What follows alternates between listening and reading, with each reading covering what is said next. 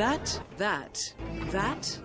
So once upon a time, there was a company called IO Interactive that had a love affair with cutting hair and killing people. So they put the two together and made Hitman, codename 47. Jesus Christ, what is that face? Codename 47 was an astounding hit when it released in the year 2000 and would go on to spawn a franchise of a sequel, a half prequel, another sequel, a disaster, minigames, a soft reboot, and a sequel to the soft reboot, with a final sequel slated for January 20th, 2021. Also movies, but I don't care. In this time, IOI had Eidos publishing their games before it shifted to Square Enix, then Warner Brothers, before finally becoming independent. The games all more or less received critical acclaim for their great gameplay and intriguing story told throughout. But what about between the games? Oh, look at that. Books. Hitman Enemy Within is a novel published by Del Rey Ballantine Books and written by William C. Dietz, esteemed author of take your pick? Dietz is an extremely prolific author who has been to literally all but one continent, and has served as a medic in the Navy and Marine Corps. But does his experience translate well to a video game protagonist not made by him? Is the book a good look into the world of Hitman? How lore-friendly and canon is this novel? Is it even good? Tell me more about this boy. Hitman Enemy Within, in mass market paperback, comes in at 307 pages. The book was released in August of 2007, about a solid year after Hitman Blood Money. Honestly, it's a pretty nice read. The pacing gets a bit slower towards the middle and then ramps the fuck up towards the end. But it's not a bad thing. A slow pace and Hitman tend to go hand in hand like my dinner and paint. Tasty. If you haven't played a Hitman game before, the premise is quite simple. You are an assassin known as Agent 47. You are hired to kill targets, all usually very bad people, gotta love that moral gray area, and there's no right or wrong way to do it. You can also disguise yourself as almost anyone on the level in order to blend in and hide in plain sight. The games are all more or less sandboxes and the methods of killing are vast, and that's what the charm is. The freedom to scope out a vast level and choose how you want to eliminate your target. Anyway, onto the book. The story follows our boy, Agent 47, as a mission of his goes relatively sideways, leading him down a conspiracy and a half involving an assassination agency to rival the one he works for, the International Contracts Agency. Except in this book, it's just called the Agency and never the ICA.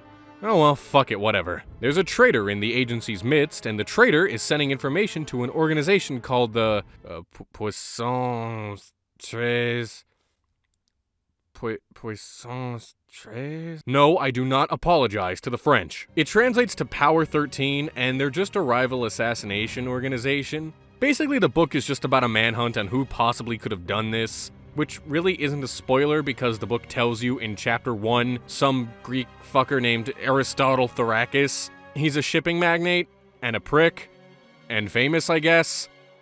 Anyway, the problem here is that 47 doesn't know who the traitor is. The story is him following lead after lead to get to the traitor. It takes him primarily to North Africa where he does his 47 thing against some assholes. All meanwhile, another character is facing a parallel plight and trying to save the people that 47 wants to kill. Cassandra Murphy, aka Marla Norton, who I shall refer to her from now on, is an agent for Power 13 who is trying to protect one of the major leads who knows who the traitor is. The story gets tense and gripping, going between the narratives of 47 and Marla as the upper hand goes back and forth between them. Speaking of which, why don't we talk about our lovely characters at large?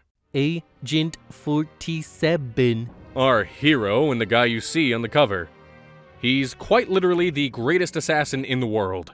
A master of disguise and intrigue, his body is built for some of the most physically demanding challenges. He's literally built for it, considering he's a clone of 5 different people who all funded a secret project to make an assload of clones in the middle of bumfuck somewhere Romania. He's stoic, cold, calculated, but not entirely inhuman. He has needs and wants like everybody else, otherwise he wouldn't buy expensive luxury shit for his own desires. Like the nice suits, the extremely expensive watch. 47 lowered his binoculars and checked his Audemars Piguet Royal Oak Offshore wristwatch. I actually had to call the company and ask, and the 2020 model of that, in stainless steel, which I would assume 47 would go for to match his signature suit, fucking costs $27,000. Christ alive and on tour. It also comes in gold variants, so God only knows how much it could cost. 47 doesn't particularly have any full arc in this book, but instead he has moments of internal struggle with his lifestyle, which his line of work ultimately overcomes the shred of morality he has. Like, without spoiling anything, he chooses to save some children not out of moral obligation, but instead because some other guy asked. Then he chooses to meet up with an older figure in his life to help take care of these kids, who then remarks to himself that he has a shred of goodness in him. And 47 is like, whatever, take the kids and this money, and goes off to ensure another man doesn't draw any more breath. In the end, he chooses to do his job, and he does it well, especially when it comes to helping out the most important woman in his life. Diana Burnward. 47's handler and not love interest. There's maybe a touch of chemistry, but their relationship is entirely platonic. 47 likes her voice, and he's not actively trying to hit it. She's smart, sassy, savvy, smasvy. And when it comes to matters of the agency, she isn't a helpless, faceless nothing character. She gets shit done and doesn't afraid of anything. Context: she's in a hotel room and some assholes break in to detain her. It took less than 10 seconds to shove a long, thin pry bar in under the barrier and dislodge the wedge. Nonetheless, Diana was already firing by the time the door slammed open. God damn, bitch don't play. She's definitely never incapable, and if she's ever brought down, it's not for lack of trying. It certainly parallels her attitude in the game, and it doesn't seem out of place. Aside from our heroes, we have Marla Norton Antivirus. She's a paranoid, yet experienced agent whose second focus is her job, because her first focus is her own skin. You see her lie to her superiors and disregard others for the sake of, well, honestly, staying alive. She's so scared of death, or, in this case, likely worse, that she scrambles and can't stop looking over her shoulder, to the point where she would tell an extreme lie to a scary supervisor from Power 13, despite the threat of death looming if she screws up. When asked by this figure if she had gotten rid of some evidence, Yes, Marla lied smoothly. I destroyed it. When she didn't, and it leads to this even more wild fucking goose chase that we see. So she's kind of the reason that the whole story actually takes place in the first place. Good fucking job. And of course, she faces extreme scrutiny for being paranoid and a woman, because Power 13 is sexist, but whatever, they get got and disappear anyway. Lastly, we have Eris Tote Bag Door Ankles. A mega wimp. Like, this guy wants to think that he fucks, but he doesn't. Sure, he does actually bang a model on the side away from his wife, but his energy and the way he carries himself is just overall weak. And he's a traitor and a slimeball. Fuck him. He's constantly on edge because he knows he fucked up. All because he wanted a bit more money and power. He's quick to shoot off at the mouth, but he also acknowledges when someone else makes a good argument. Really? Thrakus replied heatedly. That's amusing coming from you. Are you and your people insane? So how dare you lecture me on what is and isn't reckless? He said, standing and placing his fists on the desk. Not only did Thrakus follow the man's cold-blooded logic, he found that he admired the audacity of it, if not the ham-handed manner in which the plan had been carried out. God, what a bitch. So, those are our four main focal characters. There's like a C-plot involving a guy from Power 13, but to be honest, he doesn't really show up beyond like 4 chapters. He's cool and has a lot of intrigue, and there's like a subplot of him executing a hostile takeover of Power 13. And I say this in the not-spoiler section because honestly it isn't. This subplot never gets any closure. And it leads to an issue that I have with the game as much as I do this book. Puissance 13 is an interesting organization.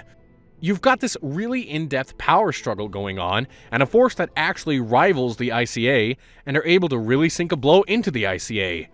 Granted, Blood Money's The Franchise is said to have taken out a lot of members from the ICA.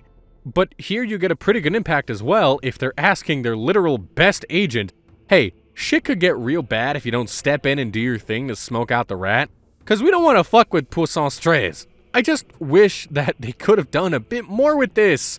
Cause they also leave plot threads hanging from Absolution that would be cool. But now in the current canon we have Providence and the Partners. And that's not any fault of William C. Dietz. He's written something interesting that unfortunately just kinda lays there, only to never be used again. Fuck. Anyway, fuck it, whatever, we can't win them all. Anyway, I like this book, and it's written well. It tackles a lot more darker subject matter than most Hitman media, but that doesn't have to be a bad thing. Dietz is able to provide a decently faithful and unique spin on the characters that Hitman fans know and love. There's plenty of scenes in the book that, if you're an avid Hitman fan, don't seem too much like they're in character, but if you reread it and you really imagine 47's voice, inflection, tone, etc., then it really kinda comes together. Especially when you remember that a lot of these moments happen when he's in disguise or around other people, so he has to keep up a facade. Although... So the operative had a smile on his face as he approached the stairs and boarded the plane. "Hello," he said engagingly as he arrived on the flight deck. 47's smiling and being engaging. Ugh. Granted, if IOI animated every single unique facial detail, I'm sure 47 could smile. You never see him do this officially, so hearing about it puts a sordid image in your head.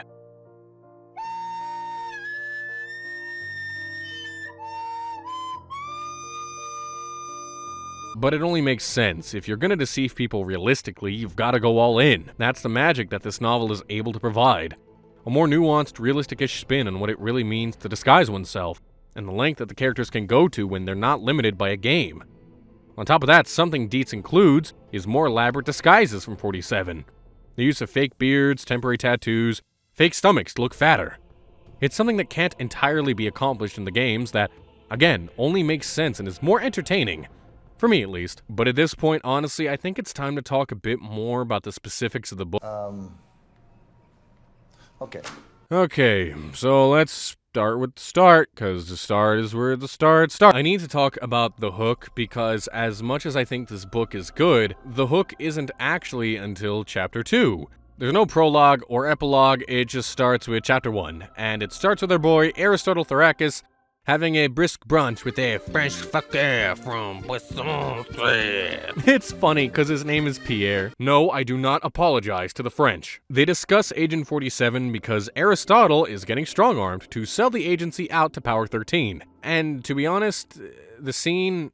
It was a beautiful summer day as Aristotle Thrakis walked out of the castle's gloomy great room onto the sun-splashed terrace and looked down into the Rhine River Valley.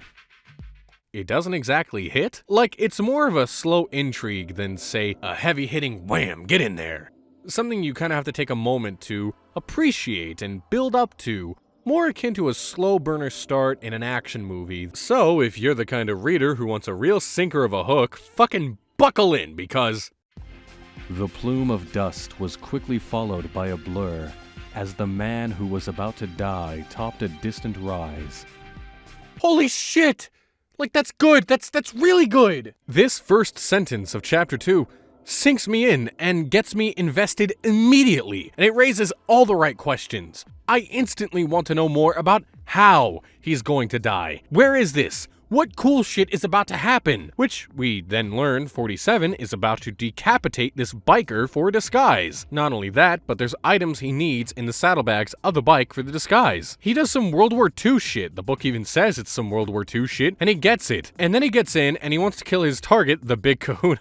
The Big Kahuna. And Marla is there because she was on an assignment from Power 13 to protect the Big Kahuna. She makes 47 and sees through his disguise, and all hell breaks loose. We get our first taste of action in the book, and it's actually very fast-paced and intense. 47 actually takes advantage of the fact that not everybody in the immediate vicinity knows that his disguise is blown. In the games, if one person blows it, everyone tries to kill you because they have Bluetooth radios in their brain running 24/7. Here, it's... Reaper, what the hell's going on? That Marla chick shot the Big Kahuna. 47 lied. But I think he's still alive. The big guy needs your help. Nix nodded gamely, charged through the open door, and staggered as a burst of 9mm bullets slammed into his unprotected chest. See, That makes sense, and it paints 47 as a clever man of action who thinks on his feet and can think rationally in stressful and deathly situations. Anyway, people get shot, Marla escapes, but everyone, including 47's target, is dead. So he steals the camera data and egresses to his hotel room, where he sends Diana some visual data on Marla and he gets some hamburgers. Agent 47 bought a couple of hamburgers from a local drive-thru. It was his opinion that food purchased from small, independently owned burger joints was always better than the stuff the big chains churned out.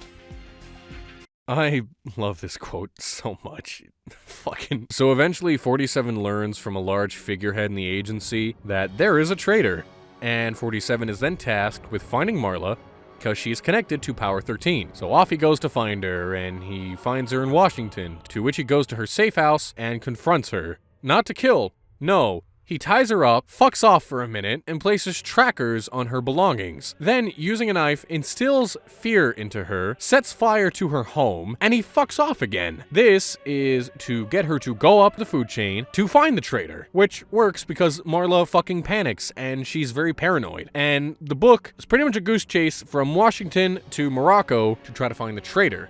But instead, he finds someone the traitor is connected with, Al-Falani. Hey, as a quick heads up, from this point on, I need to warn y'all, if you don't really like dark subject matter such as pedophilia, rape, and child slavery, this book tackles a lot of that subject matter, so if you're not particular on hearing about that, turn away now. Part 4 and onwards will not talk about it, so you can skip ahead if you're still interested.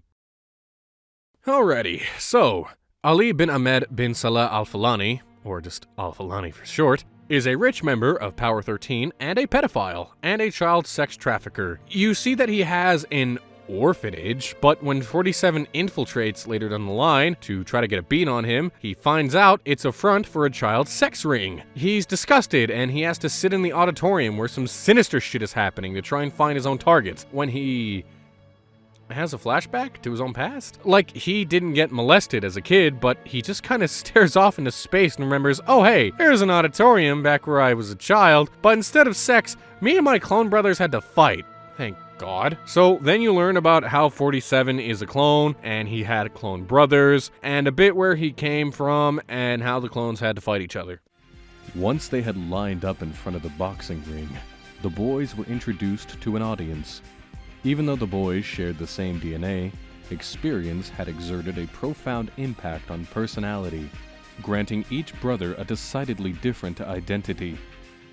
So then you get a bit more of a look into 47's past, where he first kills another clone, a bully and an asshole named Number 6.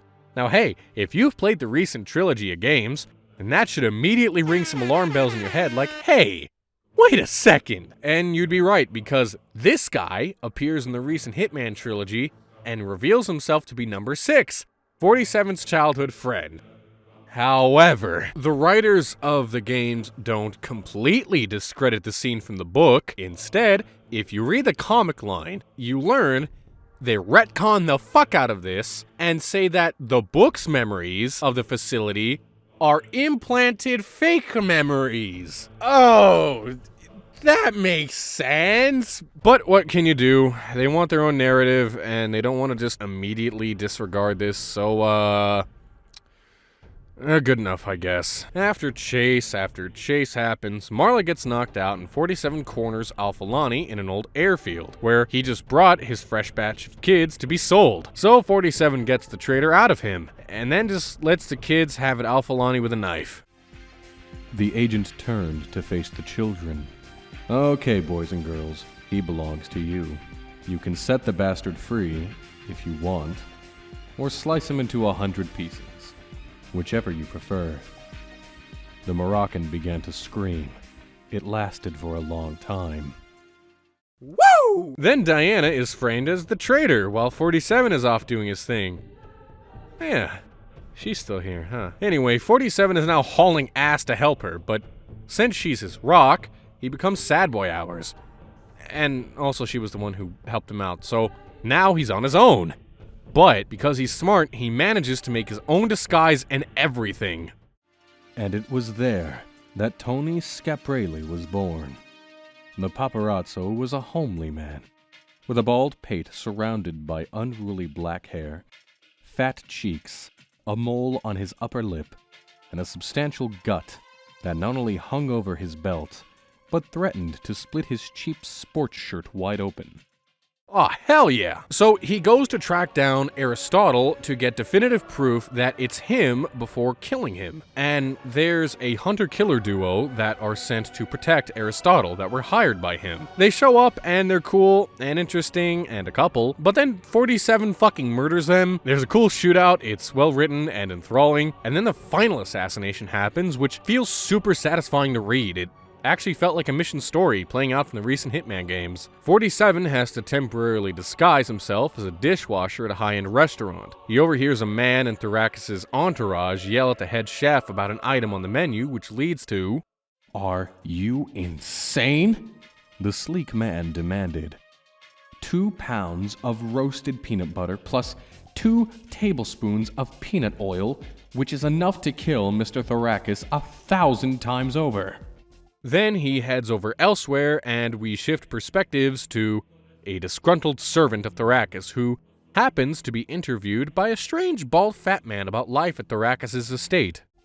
What would you like to know? She inquired cautiously. Trivial things, for the most part, the fat man said reassuringly. Quality of life things. Like what time does Mr. Thorakis go to bed? When does he eat? That sort of stuff. So then, after a dry run of the mansion's security before and after taking out the hunter-killer combo, 47 dons one last disguise, gets one last bit of help from the agency, and goes into the Thorakis estate as a man named Gerard? I can't read. Who they happen to be expecting. He takes most of his belongings and weapons, which more or less distract people from the atomizer he takes with him, which he claims has sunblock. And when wandering around to a place nobody really is at, lunch is served to Thorakis' mistress in her room. The lunch is placed right outside of her door.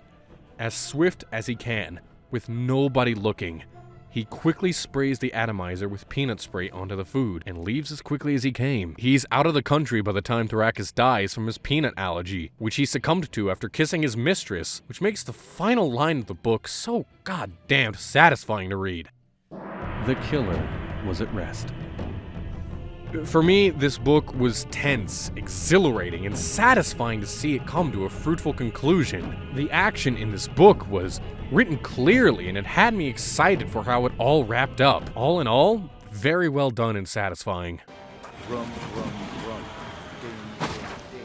So, I actually reached out to Mr. Dietz for an interview, to which he agreed to. I was so excited, I had to download Zoom just so I could talk to him. I asked to record it, which he agreed to. But silly me, something happened. That's totally not my fault. I totally didn't forget to look over all the settings, make sure it automatically recorded. I totally didn't make sure to also record the OBS or something. No siree!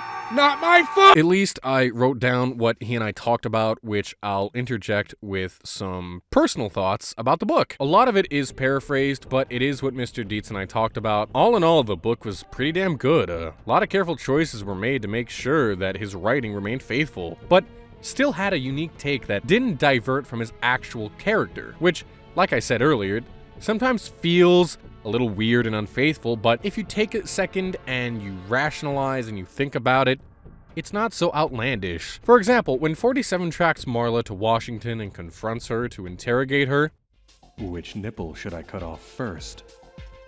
The dude deadass threatened to cut off her nipple. To be fair, the ploy was to instill enough fear into her that she would have ran back to her superior. So it worked, and honestly, it doesn't require mental gymnastics to agree that the 47 portrayed here is faithful to its game iteration. I asked Mr. Dietz what he thought about 47 as a character, and it led to some insight about the inception of the novel. Originally, he was actually going to say no to the novel. He saw 47 as a ruthless psychopath, a killing machine, and he said he didn't want to do a novel about a character with no redeeming features and no moral goodness in him. However, he took a few days to review the material given to him and saw Father Vittorio from Hitman 2 Silent Assassin, and he's the one who shows up in this novel. And Mr. Dietz decided that this would be central to saying yes to the novel. Having Father Vittorio very much in character see the light in 47 and that God too sees the goodness in 47 is what actually saves this novel from not happening. One small scene that takes up a few pages was what kept this book alive. That's insane, and when I read the scene, it felt natural. The context is that 47 saved those kids from Alphalani, and he made a detour to Rome before leaving for his target, dropping the kids off in the care of Father Vittorio. He once actually mused to himself about 47, saying, "But God never gives up, nor can I," the priest told himself, "because there is a kernel of goodness buried deep within 47's soul, even if he isn't aware of it." This stuck out to me as a great line. Despite us not getting any appearance of Father Vittorio since Hitman 2's Silent Assassin, Dietz puts him in and somewhat redeems 47 as a character, and saves a whole ass novel from seeing the light of day. That's a fucking legendary move. On top of that, we discussed the process of writing these kinds of novels. They sent a lot of material, including blood money, to play, which he did despite him being, quote, an FPS guy. I was caught off guard when he told me that because he's currently, at the time of the interview, playing through one of the Battlefield games on Steam. Dude is 75, turning 76 this year, and he's still gaming. I think that's pretty cool, actually. Anyway, he talked about having to follow the Bible that the company sent him to make sure that everything stayed neat and tidy, which he was able to do, despite a few back and forths with the company, like a car 47 drove towards the start. Dietz intended for it to be a BMW. Nope. According to the company, they wanted something else. So, the black Volvo S80 was right where he had left it, in front of room 102. Yep, I also asked him about his past, because the dude has some experience and a half.